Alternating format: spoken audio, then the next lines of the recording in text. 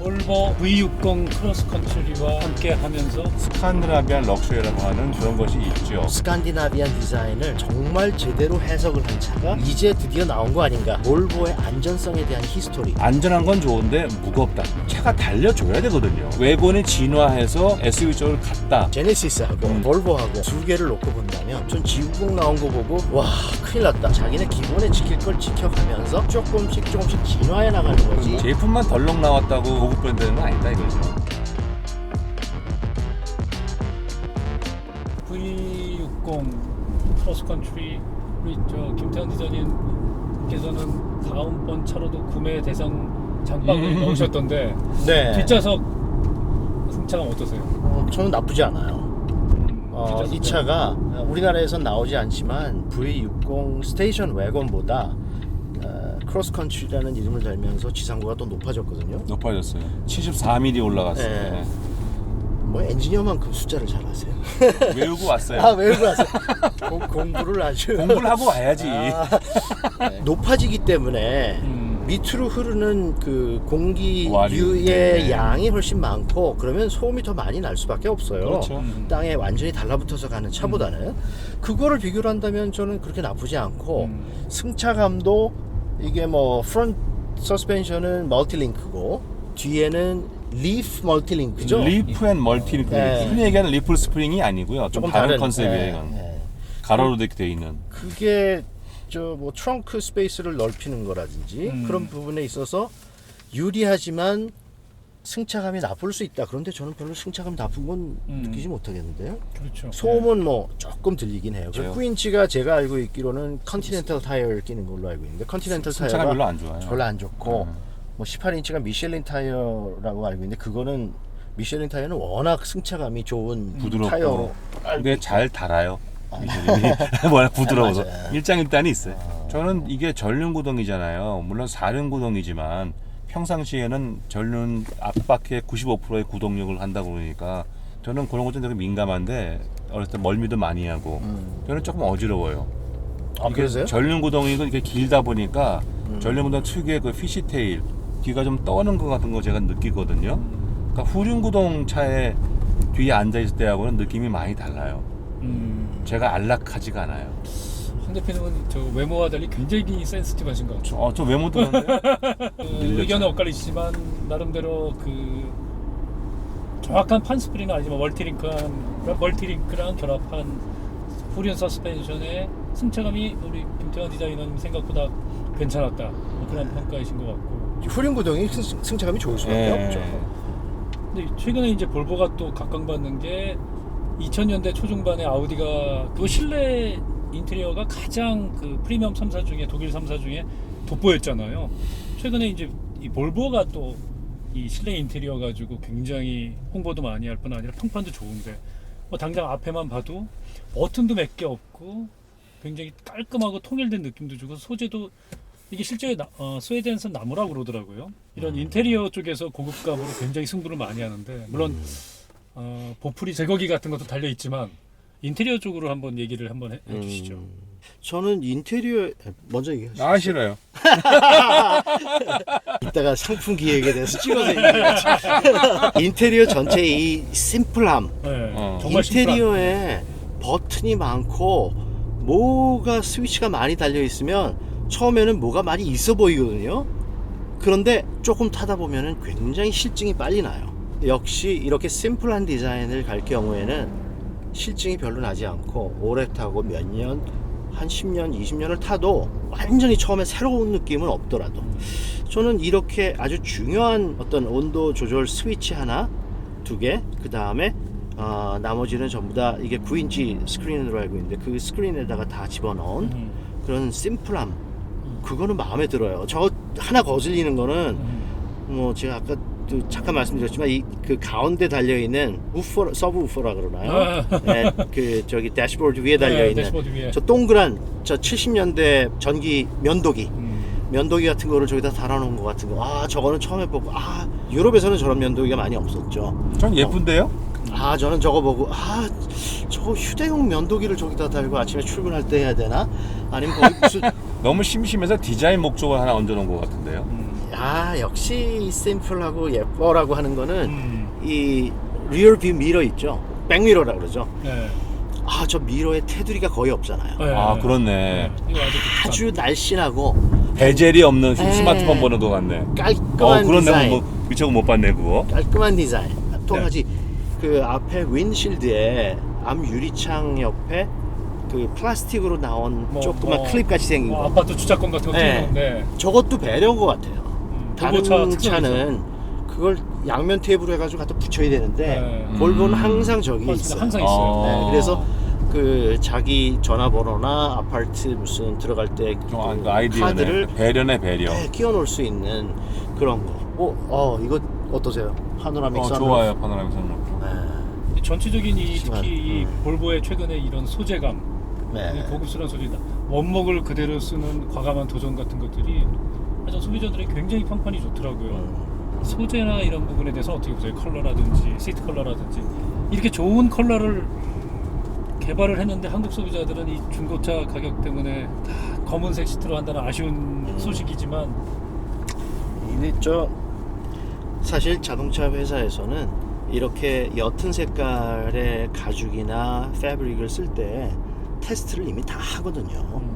UV 테스트를 하고 색깔이 변하는지 또 아니면 청바지를 입고 운전석에 탔다 내렸다 하는 거를 계속 반복해서 수만 번을 하면서 청바지 그 파란 물이 드는지 아니면 스티치가 실밥이 터지는지 이런 테스트를 다 하기 때문에 나중에 내가 이 차를 팔 때 깨끗하게 유지를 했다가 돈을 많이 받겠다 그거 생각보다는 나는 중요한 거는 내가 지금 원하는 차 그렇죠. 그거를 타는 게 더 중요할 것 같은 생각이 들어요. 현대를 즐겨야 되는데. 카르페디엠.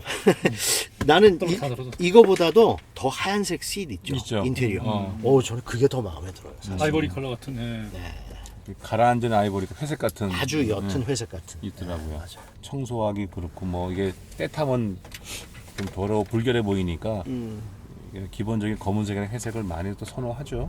저희 부모님이 제일 첫 차가 스테이션 웨건이었어요. 아 그랬어요? 1968년인가 신진이라는 자동차 회사에서 나오던 퍼브리카라고 있었어요. 조그만 네. 근데 퍼브리카가 두 가지가 나왔어요. 세단하고 스테이션 웨건이. 이렇게 나왔었죠 이렇게. 네. 근데 색깔도 파란색, 하늘색. 파스텔 톤이죠 파스텔 톤. 네. 네. 기억나요? 기억이 나지. 그거 어리셨을 텐데. 저희 동네 있었거든요. 퍼브리카가. 저희 같은 동네 살았던 거 아니에요? 하여튼 그 차였기 때문에. 공냉식 시끄러운 차. 네, 맞아요. 공냉식. 근데 그 차를 사는 사람들이 거의 없었어요. 다들 세단을 사지. 그렇죠. 근데 이제 저희 아버님은 여행 같은 것도 좋아하시고 그것 때문에 스테이션 웨건을 샀던 기억. 스웨덴 말씀하셨지만 그 유럽에서는 특별히 이태리 같은 경우에 저는 살아봤으니까 거기에 경험을 조금 말씀드리면 여름 휴가가 한 달이잖아요. 네. 회사가 한 달 동안 쉬어요. 근데 한 달 동안 쉬기 전에 옛날 무솔리니 시절부터 건강한 게 재산이다. 이게 중요하다고 해가지고 아이들은 무조건 여름방학이면 바닷가에 가서 좋은 좀 많이 마셔야 된다. 남편은 회사 나가서 일하다가 한 달 동안 쉬는데 그 이전에 벌써 방학을 해서 아이들은 엄마하고 같이 가 있어? 바닷가에 가서 이미 있어요. 그러니까 남편은 스테이션 웨건을 타고 짐을 잔뜩 싣고 데려다 주고 또 다시 와서 회사 일 하다가 한 달 휴가가 시작되면 또 짐을 잔뜩 싣고 가서 거기 가서 한 달 동안 살다가 오는 거죠. 그 스테이션 웨건의 용도, 스테이션 웨건을 가지고 있는 사람들이 굉장히 많은 것 같아요. 굉장히 많은 거죠. 용도가 있는 거죠. 분명한 용도가 있어요. 네. 그 아까 왜 생수통 얘기하셨잖아요. 네. 트렁크에 우리나라에서는 골프채가 몇 개 들어가느냐, 골프 물론 가방이 그렇죠. 몇 개 들어가느냐, 그렇죠. 그다음에 4개 보스톤 들어가야죠. 백이 몇 개 들어가느냐, 이걸 굉장히 중요하죠. 중요시 여기고 그거 중요하지 이 않아요? 나라마다 다른데 남미 중에 브라질은 뭘 갖고 따지는 줄 아세요? 뭘 갖다 줘요? 맥주 박스가 몇 개가 맥주 들어가느냐. 그걸 맥주를 가지고 그렇게 많이 싣고 댕겨? 네. 그래서 브라질에 수출하는 차는 항상 맥주 박스 그 사이즈가 있어요. 그걸 계산해서 몇 개가 실어지는지 그걸 항상 계산해요. 자, 그러면 내려서 디자인이나 여러 가지 디테일한 부분들을 이제 얘기하시고 내려? 이제 내려서 차 직접 옆에서 이렇게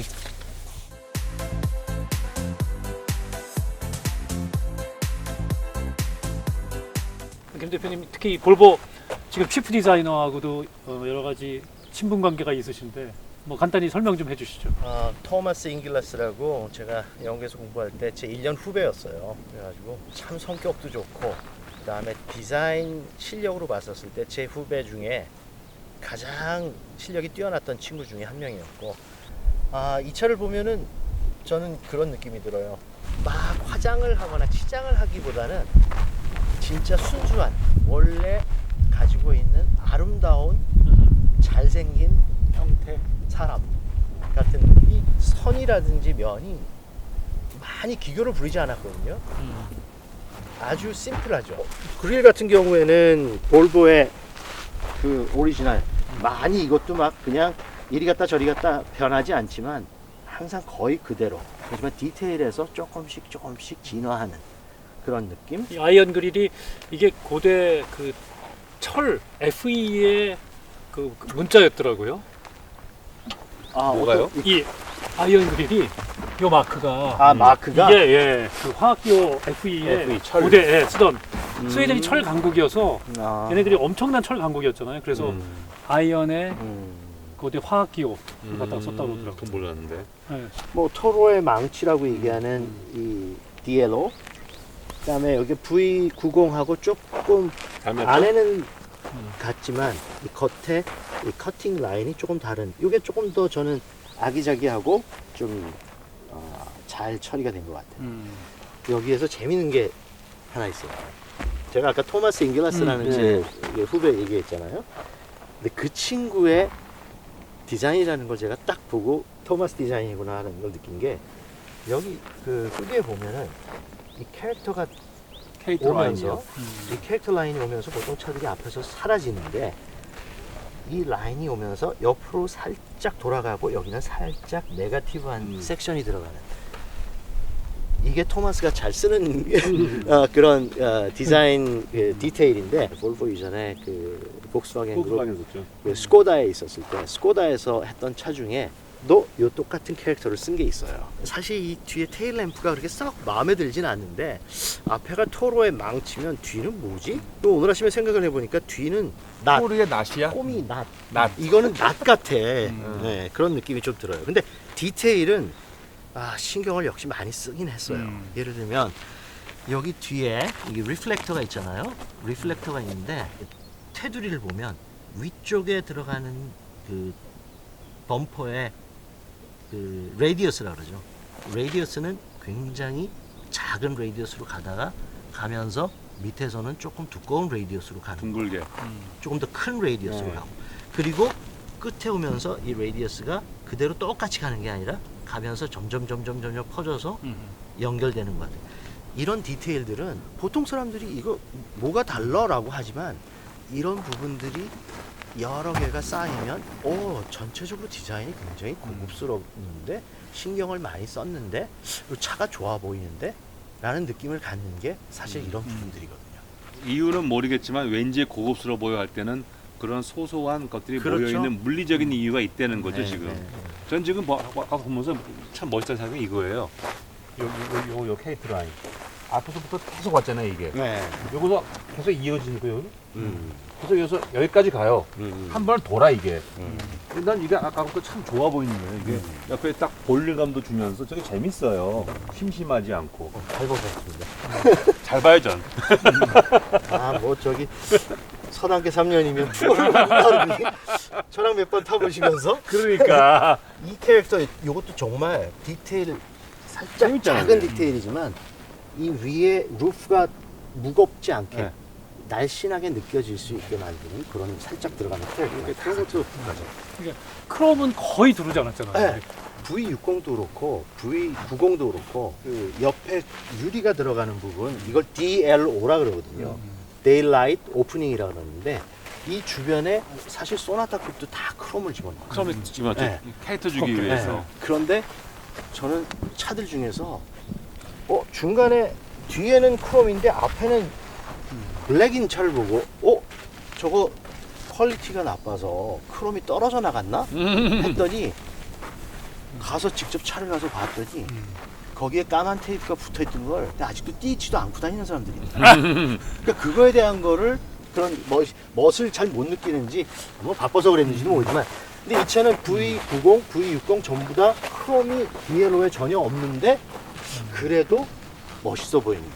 그래도 참 이 기본이 아름다우니까 디자인이 좋아진 건 맞는데 디자인을 좋게 하느라고 또 희생할 수 있는 부분도 있을 것 같은데 깎고 이렇게 들어왔거든요. 그러다 보니까 아까 트렁크 열었을 때 트렁크가 좀 작아 보였잖아요. 솔직히 작고. 맞아요. 근데 옛날 그 960, 730 같은 외건 각진 볼보는 딱 열면 그냥 뒷부분으로 쭉 와가지고요. 네모나게 해서 트렁크가 굉장히 컸거든요. 근데 이건 벌써 이만큼 들어와서 이렇게 좁아지니까 입구도 좁아지고 생각보다 트렁크가 작아요. 의아하다 싶을 정도로. 예전에 그 C30이라는 해치백은 정말 입구가 그냥 요만하죠, 요만. 열었는지 안 열었는지 모를 정도 작게. 물론 디자인적으로 굉장히 좋았는데 이런 그 라이트 마무리에 계속 볼보 막 이름을 넣어놨더라고요. 여기서 계속 있어요, 볼보. 저 요새- 앞에도 있어. 요새는 그거 뭐 디테일에 네. 이건 사실은 디자인이지 돈이 들어가지는 않거든요. 그죠? 금형할 때 그러니까 대부분 다 이런 디테일들에 신경을 많이 쓰죠. 요새 제일 디테일에 신경을 많이 쓰는 부분이 헤드램프, 테일램프예요. 왜냐면 그걸 통해서 제일 많이 달라진 걸 보일 수 있기 때문에. 좀 DRL 디자인을 어떻게 하냐에 따라서 얼굴이 확 바뀌는 느껴야죠. 전륜구동이지만 가운데 쪽을 최대한 밀어서 무게중심을 잡고. 이것도 재밌네요. 이걸 소재가 말랑말랑하다. 말랑말랑. 이걸 보통 엔진 뷰티피케이션이라고 하거든요. 엔진 룸 뷰티피케이션. 여기를 어떻게 예쁘게 만들어. 만드느냐. 근데 이걸 보통 하드 플라스틱으로 하는데 딱딱하게 얇게 해서 딱 이거를 얹는데 이건 고무를- 말랑말랑. 쓴 이유가 제가 생각할 때는 안전 때문에? 안전도 그렇지만 소음 같은 거. 이 고무가 소음 진동. 네, 고무가 두꺼운데요, 보니까. 이 후드, 이 엑스테리어 철판하고 엔진의 하드, 메탈하고 그 높이가 한 70mm 돼야 되거든요. 그래서 보행자 충돌. 그런데 보행자 안전이죠. 네, 그런 이제- 거를 생각해서 이걸 고무로 하고 또 한 가지는 이건 후드가 액티브 후드입니다. 그러니까 충돌을 했었을 때 후드가 튀어나가는 네. 거죠. 거기 거기 튀어나와서. 아마- 네. 네, 예. 후드가 튀어나오는 여기에 부분이 치면 있습니다. 이게 요걸 치면 요 고리가 렛치가 열리면서 요게 벗겨지면서 네. 착 올라가는 거예요. 올라가는 거죠. 그래서 그 70mm 이상을 여기서 확보할 수 있게. 네. 그러니까 충돌을 하면 이게 탁 튀어 이거 올라가. 신기하네. 말랑말랑한 거.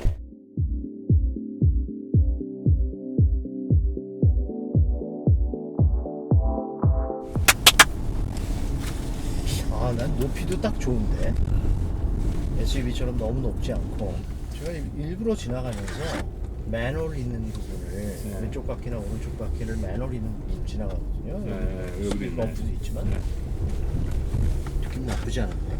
SUV보다는 확실히 승차감은 좋은. 네. 네. 요철에서 SUV보다 낮게 있다 보니까 더 안락하다는 느낌은 드네요. 앞에 앉아 보니까.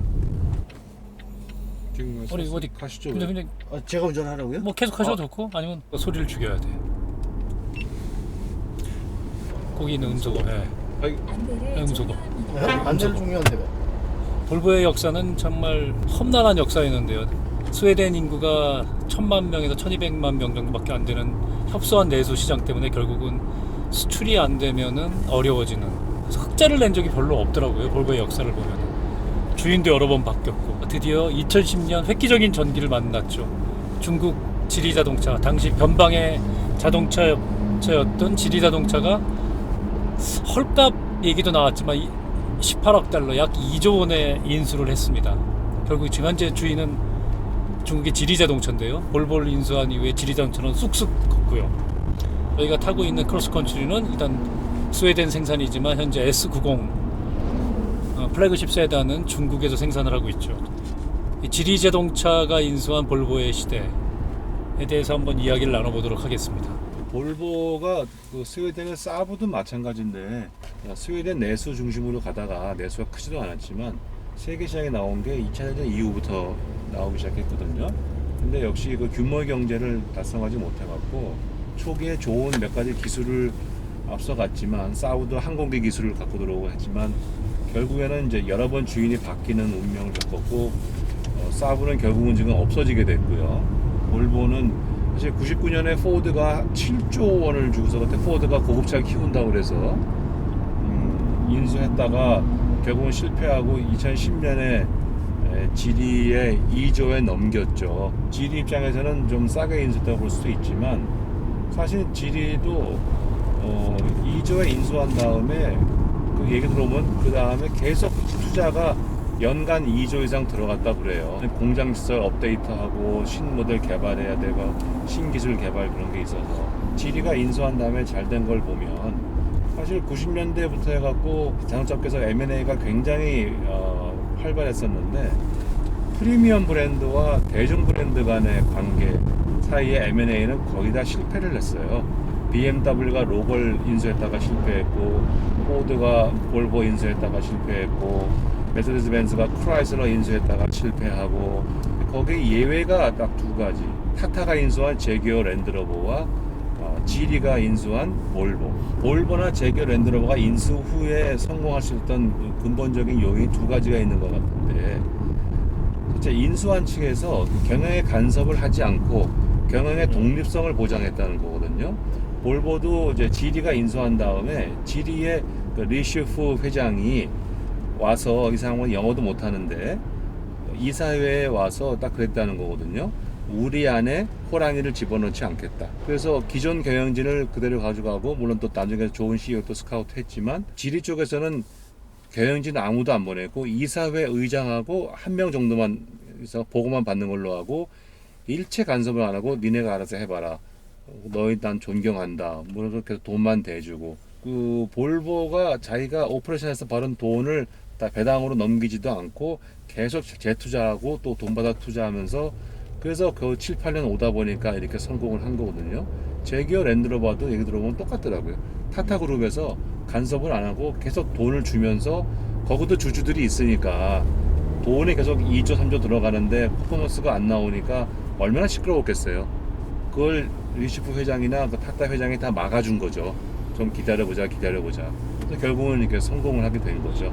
볼보는 볼보고 지리는 지리다. 그렇죠. 아주 심플하게 정의를 해줬는데 어쨌든 그 제일 큰 수혜를 본 것은 지리차인 것 같아요. 물론 볼보도 투자를 통해 거듭났지만 지리차는 이후에 볼보 플랫폼을 바탕으로 링크앤코라는 프리미엄 브랜드를 또 자체적으로 만들었고요. 본전을 다 뽑았다라는 얘기가 나올 수도 있지만 볼보가 최악의 경우 다시 어려워지더라도 지리는 여러 가지 면에서 프리미엄 브랜드로 흡수할 걸 흡수했다라는 얘기도 나오고 있고요. 정말 중국의 변방 브랜드가 시너지 효과를 일으켜서 용이 된 경우인데요. 2014년 이제 9월에 우리 한국의 현대기아차가 한전 부지를 10조 5천억에 인수했거든요. 당시 그때 야 볼보를 5개 정도 살 수 있는 금액인데 볼보 사고 뭐 예를 들면 지프도 사고 수소차든 전기차에 투자하는 게 맞지 않았느냐라는 지적도 나오고 있거든요. 만약에 현대기아가 볼보를 인수했다면 어떻게 됐을까요? 역사에 만약이란 건 없지만 산에 유보되어 있는 자원을 어떻게 쓰느냐는 경영진의 판단 사항이라서 그 경영진은 책임을 지고 하는 거니까 뭐 외부에서 뭐 잘했냐 못했느냐 하는 것은 결국 결과로 얘기해야 되는 거니까 아직 결과가 안 나와서 그거는 좀 논란의 여지가 있죠. 물론 아쉬운 건 있지만 사실은 10조라 그러면은 얼마 전에 그 또 지리가 메세데스 벤츠의 홀딩 컴퍼니 지분을 9.7%를 인수했잖아요. 그게 10조거든요. 사람들이 10조 그러면 얼마나 큰 돈이가 모르겠다가 10조면 메세데스 벤츠의 홀딩 컴퍼니의 제일 지주가 될 수 있는 금액이구나. 그것도 벤츠가 반대해서 주식시장에서 그냥 사모았거든요. 계속. 그러니까 벤츠가 얼마나 초조했겠어요. 기분 나쁘고.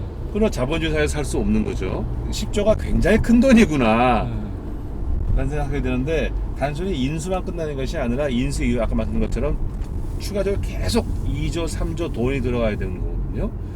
또 하나 그 경영의 독립성을 확보를 시켜줘야 되고 근데 한국 기업의 컬처 특히 수직적인 통합이나 어떤 그 하이어라키에 의한 명령과 복종 성과 빨리 내야 되고 그런 걸 강조하는 현대자동차 문화의 기업 문화에서 과연 그런 것이 가능했겠는가? 분명히 뭐 제기어를 인수했든 볼보 인수했든 인수한 다음에 경영진만 파견했을 거고 다음에 뭐 플랫폼 통합한다고 엔지니어 가가지고 막 뒤집어 엎고 했을 거고 그러면 볼보나 제기어가 오히려 더 나빠지지 않았을까? 저는 그런 생각을 하게 돼요. 디자인 같은 경우에도 볼보 당신네 브랜드의 그 순수한 그 오리지널리티를 계속해서 해라, 진행을 해라라고 처음에 이야기하지만 아마 경영진들이 그거 옆에서 가만히 못 보고 있었을 거예요. 그러면 돈이 몇 조가 들어가는데. 네, 매일 뭐가 나올지 어깨 너머로 구경하고 그러면은 제가 보기에는 구경만 하겠어요. 빨리 한마디씩. 보고 와라 그러고. 네. 그거 아마 쉽게 혈통을 지켜나가기는 쉽지 않았었을 것 같아요. 그렇죠. 과거 1990년대에도 뭐 LG나 삼성전자가 그 해외 IT 기업들, 하드웨어 업체들을 인수한 적이 있었지만 결과적으로 빈 공장, 무형의 자산을 들고 있는 핵심 인력은 다 그만두고 공장과 설비만 남았다라는 얘기가 있는 것처럼 아마 현대기아가 가져갔다면 왜 눈에 보이지 않는 노하우는 사지 못하지 않았을까라는 그런 얘기들도 많이 나오더라고요. 두 분 말씀도 이제 그런 비슷한 얘기인 것 같은데요. 한국 기업 중에서도 해외 브랜드 인수해가지고 성공적으로 운영한 데가 굉장히 많습니다. 우리가 참 몰라서 그렇지. 근데 그거 보면은 역시 경영의 독립성, 상대방에 대한 존중, 이제 그런 것들이 굉장히 중요하더라고요.